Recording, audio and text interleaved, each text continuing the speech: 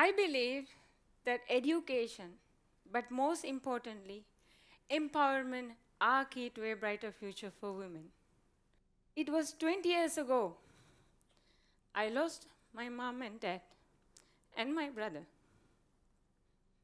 I was the elder of the 5 siblings and I was 16 years old. I became their parents and their life have been my responsibility ever since. At that time, we had nothing to live on. We were sent to an orphanage. In the age of 18, I started working in a garment factory in Sri Lanka. It was very hard work for very little money. But I did it because it gave me a sense of independence. Then one day, I got home and my uncle forbade me from going to work anymore. Because my cousin sister told him that I was talking to a man on the bus. But it was not true. He was harassing me. I felt so shamed and guilty and angry. I didn't ask the man for his attention, yet I suffered the consequences. It was unfair. Unfortunately, I'm not the only woman who have to suffer such unfairness in Sri Lanka. Let me tell you more about my home country. Sri Lanka is a beautiful country. 20 million over people living together, even though we have different races, different languages, and different religions. We are very loving people. But real life, it is not always how it looks from outside, especially when it comes to the violence against the women. In Sri Lanka, after marriage, women's lives become invisible, giving up their hopes and dreams and living a life of their own. Violence against the women has become a fact of life in Sri Lanka. According to the UN Women, in 8 out of 10 households, a young woman and girl being abused. And that happened in every 90 minutes. After that incident on the bus, I had no choice but to leave. And I found a job in Singapore as a domestic worker. And I have never looked back.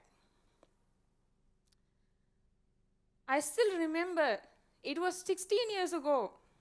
I arrived to Singapore as a young scared lady who couldn't speak or write English. I still remember the day I left my village. Saying goodbye to my sisters and brothers made me sad. But I knew they were safe in the orphanage. But then I knew if I stayed, I wouldn't be able to protect them for long. Without looking back, no man would marry me to be his wife with my sibling. They are my blessing and my responsibility. I didn't want any man to see them as a burden and cast them aside. Without looking back, I got into the van and to the airport with my cloth bag and no money. I never been to the airport before. I couldn't even imagine what an aeroplane looked like. I'm not sure how I arrived to Singapore. It was all blur. Without knowing it, I have arrived the next stage of my life. Back then, I didn't know who I was or what I wanted. All I knew was life just happened to me. All I knew was I wanted a better life for me and my siblings. It was 16 years ago. It took me 10 years. In 2011, I joined a micro-business school called IDA. I learned the basic skills from starting and running a business, from bookkeeping to marketing. It created more choice and possibilities for me. With the support of new friends, and mentors who believed in me, I took a personal and professional development course in leadership. I learned that leadership is about awareness, choice, and responsibility towards to myself and others.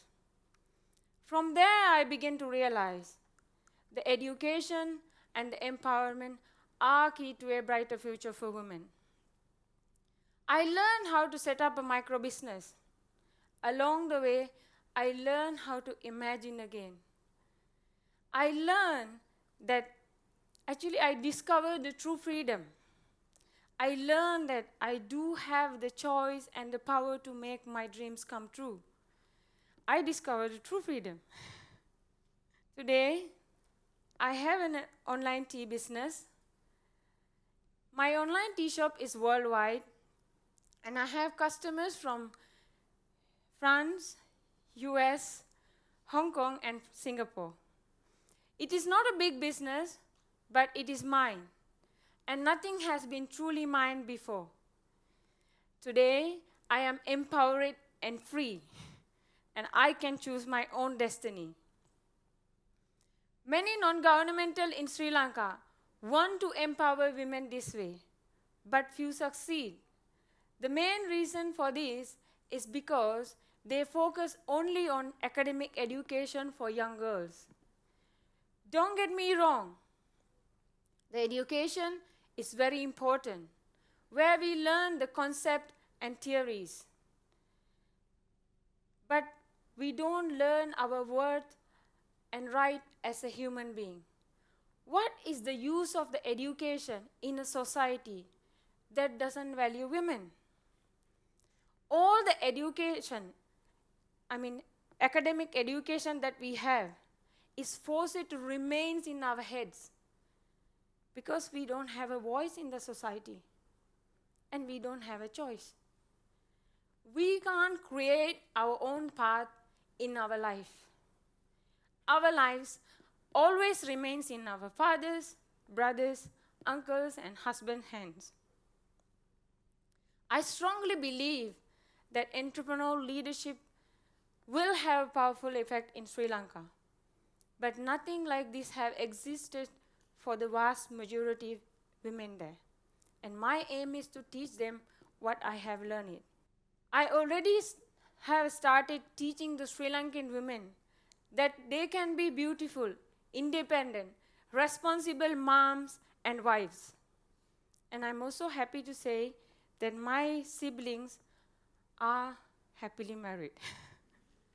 Today, I'm working with 25 Sri Lankan women and teaching them how to start a micro business in areas like chicken, pig farming, and flower growing, dressmaking, spice packing, and many more. This will build their independence and confidence, but it will also help them to support their family economically. As I said, I have already started my own NGO to support and empower women in my village. I want to bring that education and the awareness, the personal development education to the women in Sri Lanka. International NGOs are supporting women, which is important, but they have yet to change their attitude. It is about time we do both.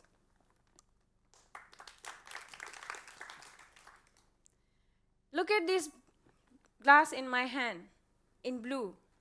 It represents the society that women are beaten into the submission. In this hand, the yellow cup represents the education and the empowerment. As I pour this into the current society, the color becomes green. And the green is the color for the hope, harmony, and the stability and the peace.